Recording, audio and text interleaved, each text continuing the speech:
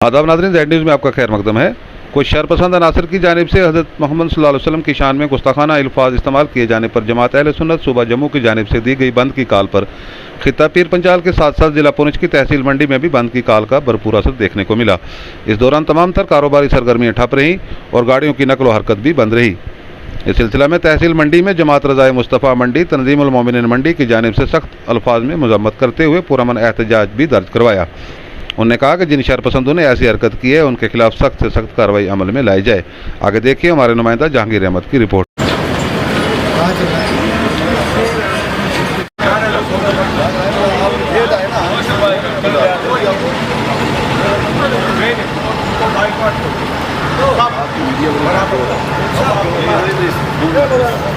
पर तमाम हजरात ने और जितनी भी तंजीमात हैं सब ने इस कॉल को कबूल किया और बिलखुसूस तहसील मंडी के अंदर भी तमाम दुकानें बंद रही।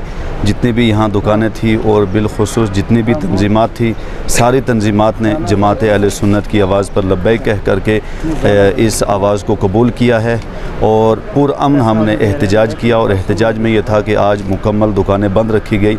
अब इस पर हम जो हुकूमत तक मुतालबा पेश करना चाहते हैं वो ये है, और बाकी जितने अहबाब सुन रहे हैं सब तक भी हम ये पैगाम पहुँचाना चाहते हैं कि आखिर मुसलमान इस वक्त मैदान में क्यों आए हैं, दुकानें बंद क्यों की हैं, एहतजाज क्यों किया है।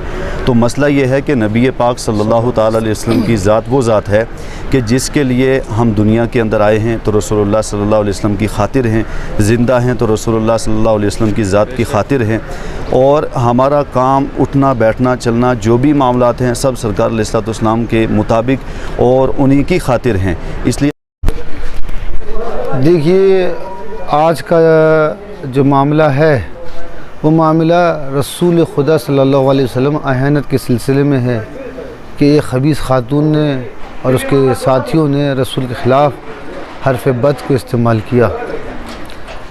इस मौके पे सिर्फ़ किसी एक फ़िरके या एक मज़हब का ताल्लुक़ नहीं है बल्कि तमाम उम्मत मुसलिमा, और मैं आगे बढ़ कर कहूँगा कि उम्मत मुसलिमा से भी आगे बढ़ के तमाम इंसानियत पसंद अफराद जो भी हैं उनको इस सिलसिले में एहतजाज करना चाहिए और अपनी आवाज़ को बुलंद करना चाहिए और हुकूमत से मुतालबा करना चाहिए कि उन खबीस अफराद को शदीद से शदीद सज़ा मिले, ताकि आइंदा के लिए जो इस तरीके से शरपसंद अफराद हैं वो अपनी फ़िक्र में इस तरीके से गलत ख़याल लाने से पहले कई मरतबा सोचें।